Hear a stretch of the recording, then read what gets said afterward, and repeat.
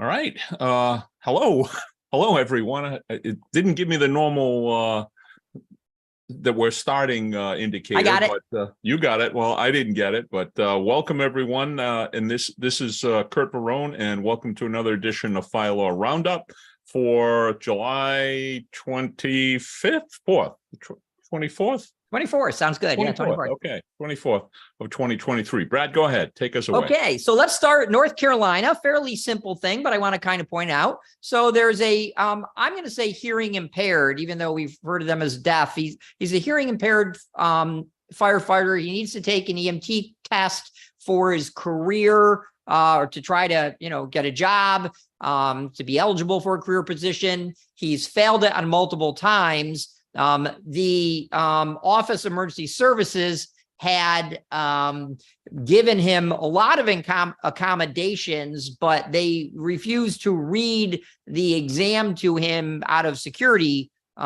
issues. They didn't want everyone else to hear. I don't know what they would hear. They're only reading the test questions, but nonetheless, they've have to now agree. The state, North Carolina Office of Emergency Services or Medical Services has to agree to read him the examination. And that's why I said he's hearing impaired, not deaf. He has cochlear implants. In any event, that's how he learns better.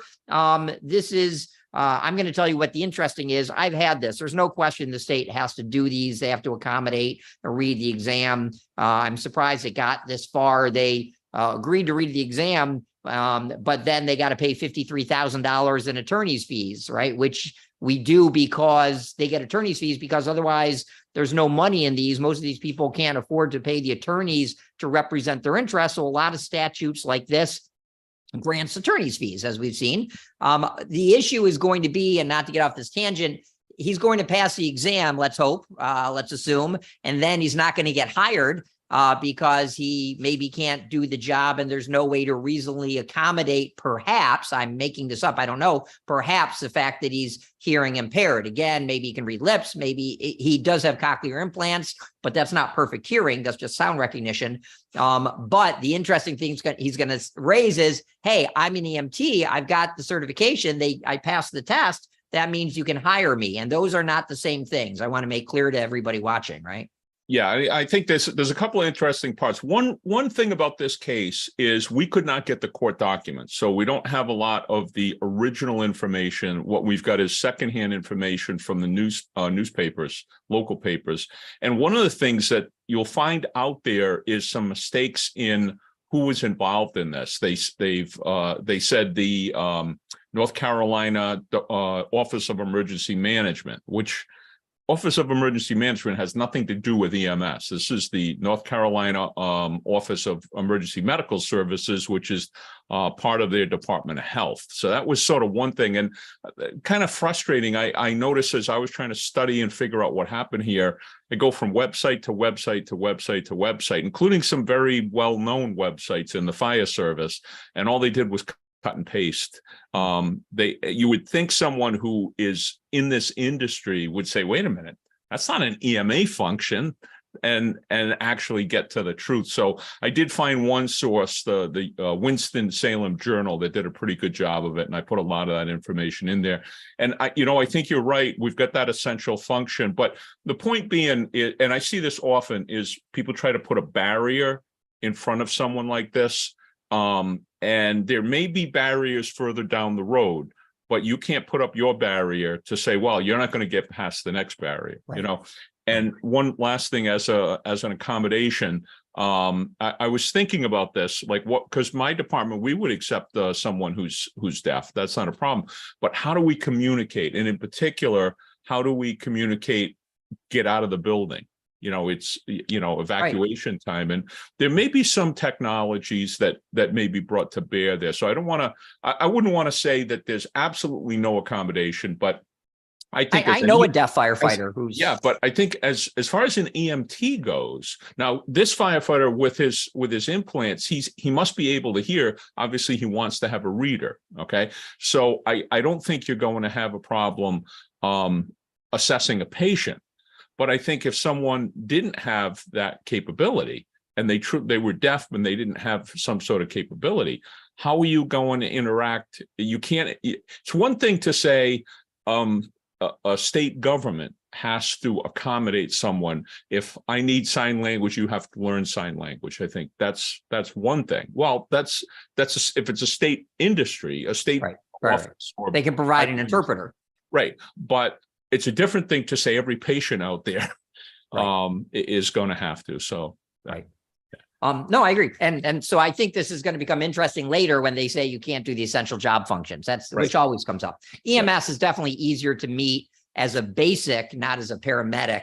But lung sounds are still an issue at the basic level. There's been so you can't do that unless you can hear with stethoscope. You can do blood pressure, pulse. You could even read lips. But okay, so I want to jump. I'm going to leave the last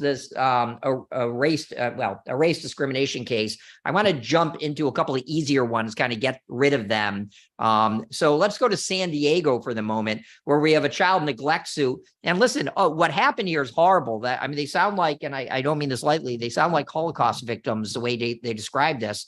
But these children were clearly horribly neglected, abused, beaten, starved, right? So just imagine these, and the issue that in San Diego happened is a chaplain in uniform of the department was visiting the foster care parents taking care of these children, and allegedly never reported it. Presumably he's a mandated reporter, I would imagine. As a chaplain, I don't think there's a privacy confidentiality concern. Maybe if he was a priest, but probably not here as a chaplain. In any event, one of them dies and the others are so horribly malnourished, very dangerous conditions. But the San Diego gets sued, as well as many others, to the chaplain didn't visit, or visited and didn't report it. I don't think he visited as a chaplain. I think he did.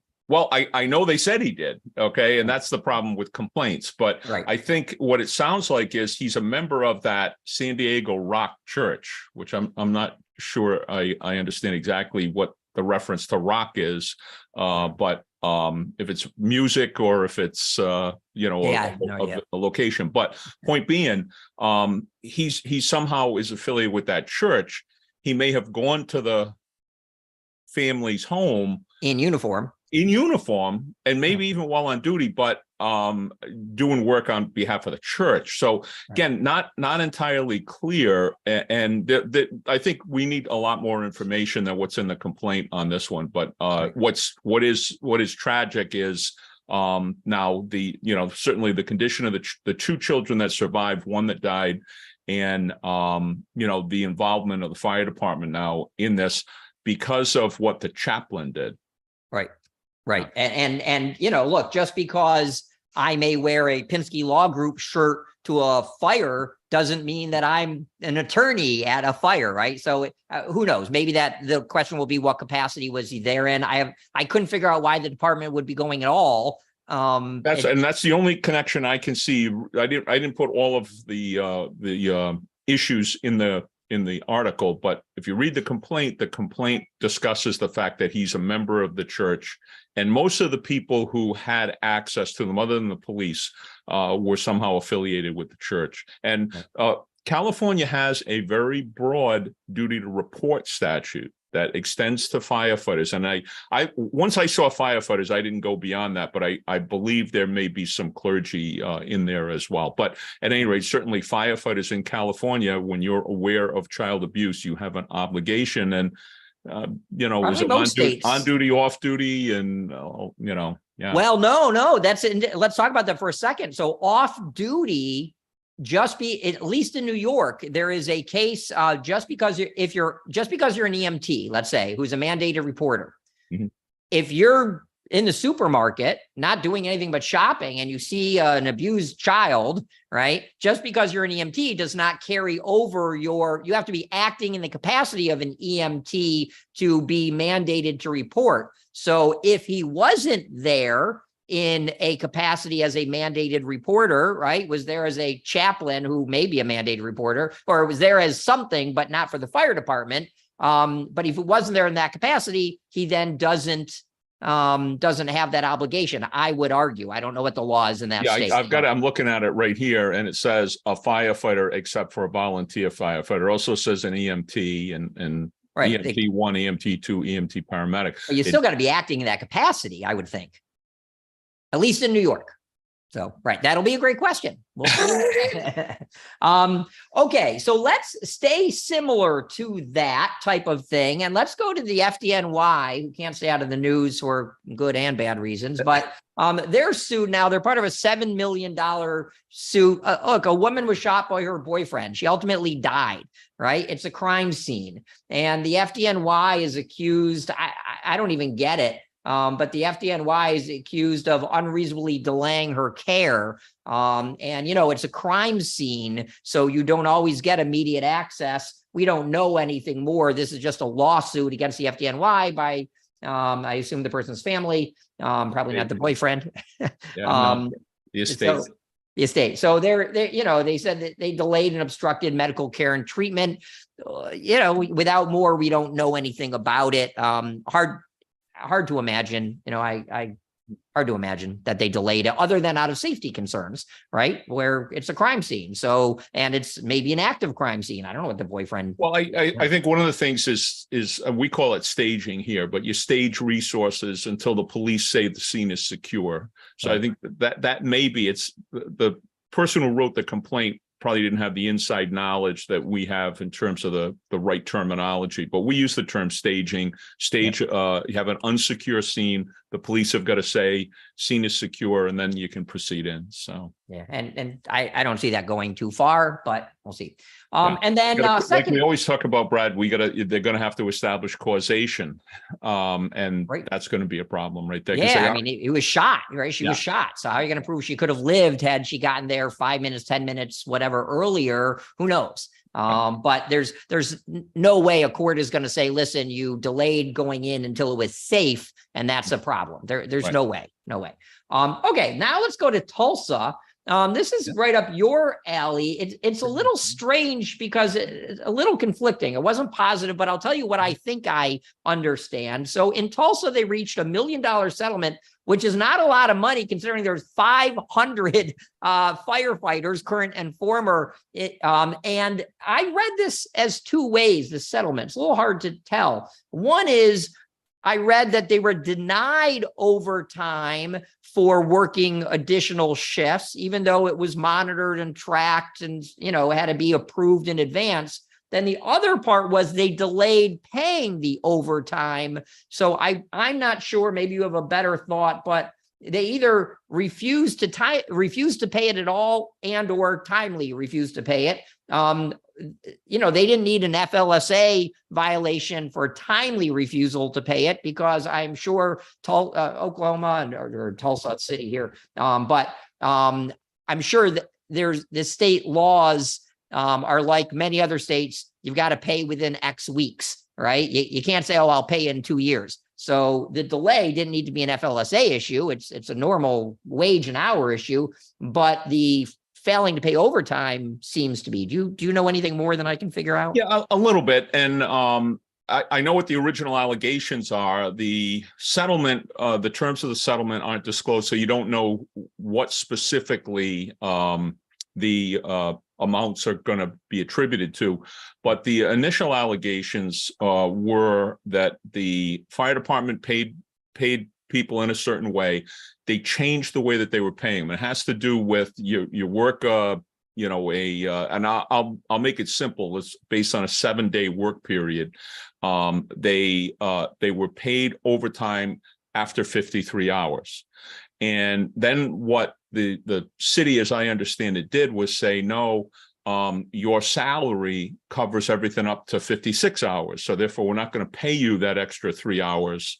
That's already included in your salary. And then there was some additional mix-ups that were attributed to a ransomware attack that happened that screwed up their payroll system, that delayed some of the wages, delayed some of the calculations. And then I'm not sure if they changed payroll systems. They certainly changed the way they compensate. And this is one of the things that we see a lot in the FLSA cases, that the people who are upset go to an attorney about one thing. And the attorney starts digging into it and says, oh, they're also doing this wrong. Oh, they're also doing this wrong. Oh, they're also doing this wrong. Right. And then the next thing you know, you have this big pot of, crap cooking on the stove here. And the attorney is just loving it because he's finding all these other things in there. And that's why when people come to me, fire departments come to me with an FLSA claim, I say, let's put this to bed right away because it's not going to get better. They found one thing. And now it's just going to get worse. So let's figure it out and let's put it to bed. But that I think there was several different aspects that they were able to identify about not properly calculating overtime. And there is a penalty for delay. It is an FLSA violation to delay paying overtime. Now, a week or 2 weeks is one thing, but when it starts to get beyond that, it certainly is a compensable delay. Right. So it wasn't a lot of money. I thought it was going to be like 20 million, based on 500 people. But anyway. Yeah. Okay, so let's and we'll spend 10 minutes on it's a very detailed case, but I can sum it up basically. But there's so many good facets to it. It's a race discrimination case. We're in Mobile, Alabama. And what happened generally, right? We could probably spend an hour just going through the facts, but generally speaking, what happens is there had been and I don't know that we covered this. Yeah, or we not. did. We did. Okay. Yeah, we did. We covered, I think it was in January of this year. We covered. Okay. Yeah. So a woman had a tattoo. I think she was a probationary firefighter. She's African American. She has a tattoo, I think, on her neck. She got a tattoo. I don't think she had it, but she got it during her probationary period. So, and it was not permissible to have tattoos or get them after you've been hired. And look, tattoos are a whole First Amendment thing, but that's not the issue, right? So the reasonable accommodation, to use that phrase, that they made to her is just make your hair a little longer, right? Grow your hair longer to cover it up. In any event, they all thought this issue was resolved, as frankly we did. And all of a sudden, a chief level officer shows up and says, I need to take a picture of your neck, of your tattoo. And she says, why? And look, it's a Fourth Amendment issue, right? You want your body searched, that it's not just in plain view where you have to turn around, lift your hair or whatever. That's a search. That didn't really get here, I don't think. But as soon the first thing I said is, wait a minute, because she hasn't filed suit yet. So we may see, I would imagine, and I'm surprised she hasn't, we may see a suit by her. Right. This is the captains who are going to come into play. Right. But the chief grabs her by the way, this is all allegedly, right? None of this is this is just based on a complaint. This is nothing more than a lawsuit complaining about it. So we don't know what's true or not. So nobody should take it that we're saying this is what a court decided. But allegedly, the chief officer grabs her. Right. So now we really could have a Fourth Amendment suit. We could have an assault charge as well. And that's, see, there's a few things in cases like this that just caused me to say, wait a minute, if he grabbed her and they are creating this big hubdy-doo about this thing, why wasn't there criminal charges against them? Which makes me say, maybe it didn't happen the way that they're alleging, or maybe the police felt it didn't happen the way, but I got to believe with the amount of attention this case has gotten, if he actually touched her, that there would be assault charges. No question. It raises a question in my mind. Right. No question. And whether that's did happen, who knows? Right. We don't know, but it just raises a question. Yeah. In any event, two African-American males who are captains in the department. Now they get involved. And this is a hard thing, right? Because clearly there's got to be, I know I'm jumping all over before I even get to the facts, but clearly think whistleblower in your mind as I present this, right? So they then get offended, start asking questions of the chief. What's going on? We thought this was resolved. And they start making phone calls to HR, to people above the chief, right? Which all of a sudden, you can imagine where this goes. Mm-hmm. Now the captains are getting bad reviews, which always happens. One got fired. One gets fired, right? Insubordination, right? They're charging with insubordination, which is insubordination and whistleblower go both ways, right? Well, you went over my head. Yeah, I'm a whistleblower, right? Well, you're insubordinate to me. Yeah, because you're doing something wrong. I'm whistleblowing. So insubordination and whistleblower are always the two, things you see. And here they should be saying, we're just trying to protect this woman from, they could say workplace violence, whatever. We're trying to see what's happening. And there's then from there, and this should have just been stopped, right? I mean, if you're an attorney, you're like, why didn't you call me earlier, right? We should have stopped this. From here, it just gets into retaliatory acts and terminations and bad reviews and transfers to bad stations, all because effectively these captains start, trying to intervene. I also start thinking like, not Weingarten, right? How are you interviewing people here by grabbing them and looking at them? And they wanted the representation when they're talking. I mean, there's so many violations here. We should go through this them. This is Alabama, and so there's no collective bargaining in Alabama. Oh, okay. So there are unions, but there's no collective bargaining. So, and there was a African-American fraternal organization that was representing her. They referenced it in the complaint as a union, but I mean, maybe it is the union. I don't know, but I don't think there certainly was a fraternal organization that these folks were in, and that they came to the aid of the female. But yeah, and she gets terminated, by the way, too. Yeah, right. So for conduct unbecoming, we should mention. She gets terminated, then they get one gets terminated, the other ends up getting I think reassigned and suspended and bad, right? All bad things. But they claim, right, in addition, that look, there were white males. That's why you're going to prove in a discrimination case that similarly situated individuals were treated differently. They said, look, there were white males who were charged with criminal offenses and they weren't terminated. So now what I wasn't sure, she was probationary still. So correct. They extended in the first round, they extended her probation to probably from 6 to 12 or so. So here she's probationary. They don't need a reason to get rid of her but it can't be a discriminatory reason, right?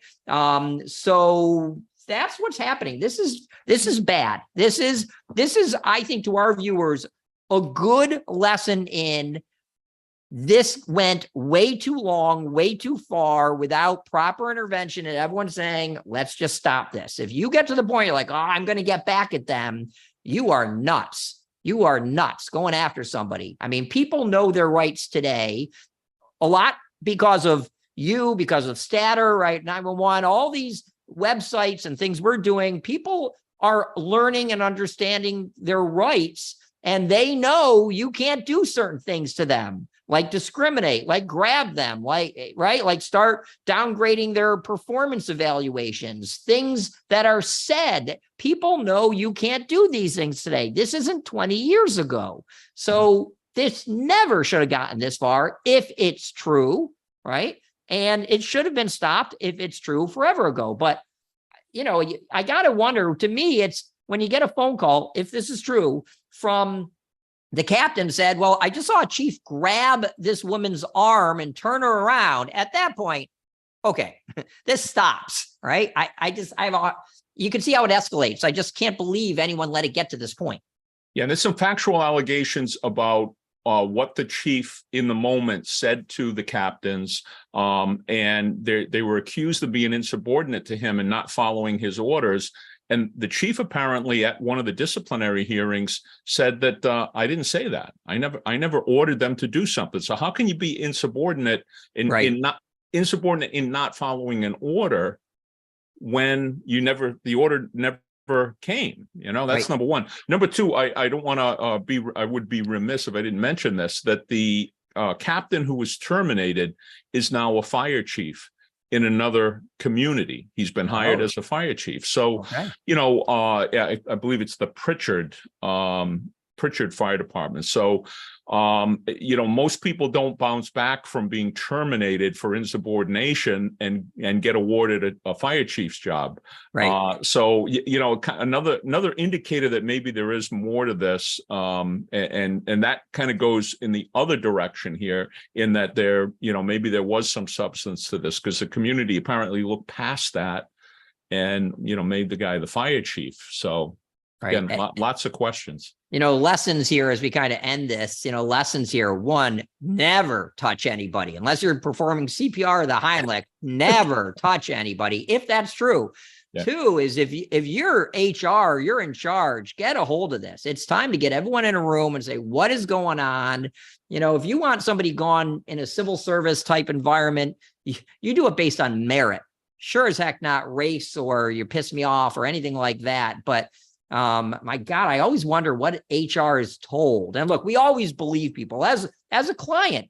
I don't care which side comes in first. I'll believe whoever comes in first, right? Because they told me the story. But let's be fair. We believe whoever came in first. So I really think that, HR, I'm questioning what HR is doing. How do they hear this? How does the chief of the department hear this and not think something's going on? It blows my mind if it's true, if any of it's true.